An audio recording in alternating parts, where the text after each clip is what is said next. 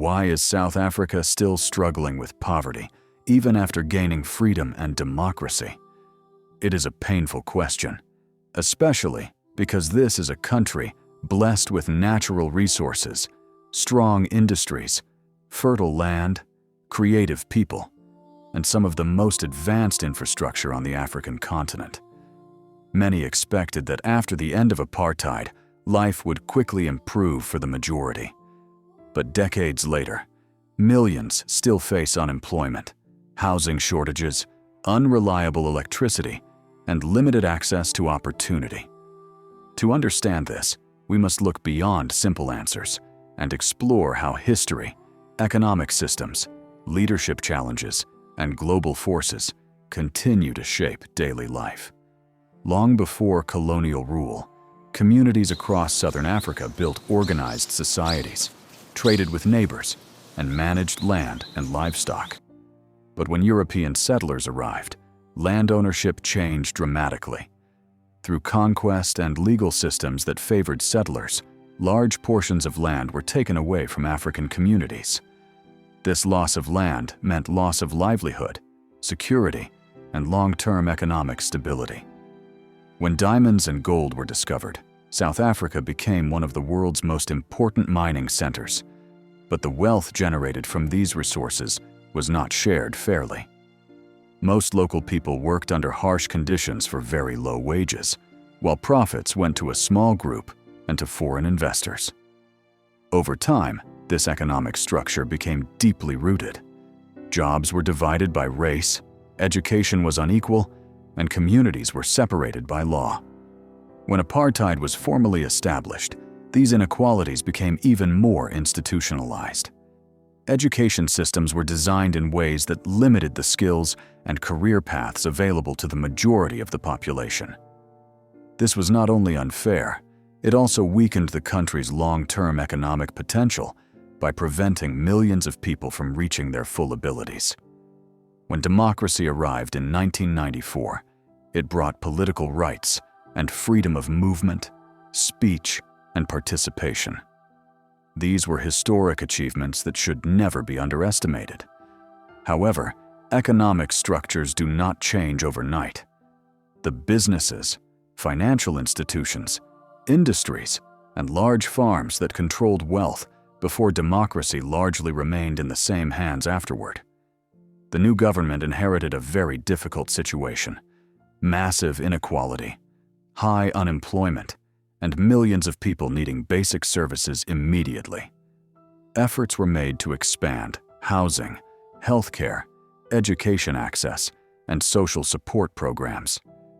These programs helped many families survive and improved living conditions in important ways. But social assistance alone cannot build long-term prosperity if there are not enough jobs and businesses growing in the economy. When unemployment remains high, families become dependent on support instead of being empowered by stable income. One of the biggest challenges has been job creation. A modern economy needs strong manufacturing, technology, agriculture, tourism, and small business sectors. But when electricity supply is unstable, transport systems are under pressure, and skills shortages remain, companies struggle to expand. Small businesses, which normally create many jobs, often face difficulties accessing funding, reliable services, and markets. Education is another major factor. While some schools perform at very high standards, many others lack resources, experienced teachers, and safe learning environments. This means children start life on very unequal footing. Even talented students may struggle to compete in universities or job markets if their early education was weak. This creates a cycle where poverty repeats across generations. Corruption and poor management have also harmed development efforts. Money meant for public projects sometimes does not reach its destination. When infrastructure projects are delayed or poorly built, communities suffer and businesses lose confidence. Trust in public institutions weakens, and this affects everything from tax collection to foreign investment. Most people want their country to succeed, but progress becomes slower when systems do not work efficiently. State-owned companies that are meant to provide key services have also faced serious operational problems. Power shortages, in particular, affect nearly every part of daily life and business activity. Factories cannot operate at full capacity, hospitals rely on backup generators, and students struggle to study. Reliable energy is not just a convenience, it is the backbone of economic growth. Land reform remains one of the most emotional and complex issues in South Africa. Many families were removed from their land in the past, and restoring access to land is important for justice and economic inclusion. However, land reform requires careful planning, training, financing, and market access to ensure that new farmers can succeed. Without proper support systems, land transfers alone cannot guarantee long-term productivity or food security. South Africa is also affected by global economic trends. The country exports many raw materials and imports many finished products. This means the economy is sensitive to changes in global prices. When demand for minerals drops, jobs and government revenue are affected. Countries that rely heavily on raw material exports often face these challenges, which is why industrial development and technology investment are so important. Urbanization has also changed the social landscape. Many people move to cities looking for opportunity, but housing and services cannot always grow fast enough to meet demand. Informal settlements expand, and municipalities struggle to provide water, sanitation, transport, and safety. This puts pressure on local governments and increases frustration among residents. Despite these challenges, it is important to remember that South Africa is not without progress or hope. Many people are building businesses, supporting community projects, creating art, and developing new technologies. Civil society organizations work every day to improve education, healthcare, and transparency.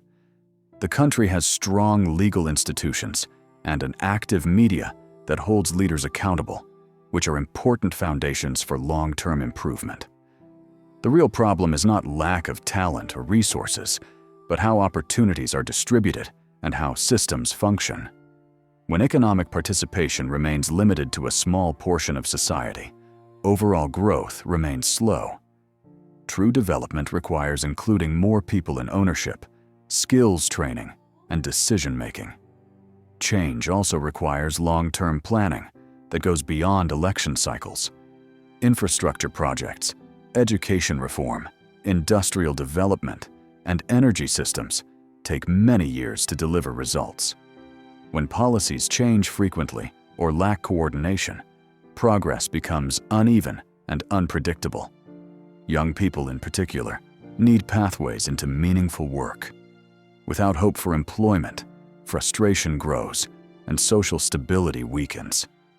Investing in vocational training, apprenticeships, digital skills, and entrepreneurship could help unlock this generation's potential.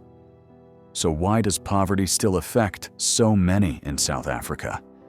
Because historical inequality created deep economic gaps that take generations to close. Because job creation has not matched population growth. Because service delivery and infrastructure have faced serious challenges. Because education outcomes remain unequal.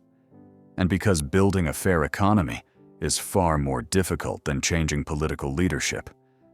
But poverty is not permanent, and struggle is not destiny. Countries that faced war, colonization, and economic collapse have rebuilt through focused investment, accountable leadership, and inclusive growth.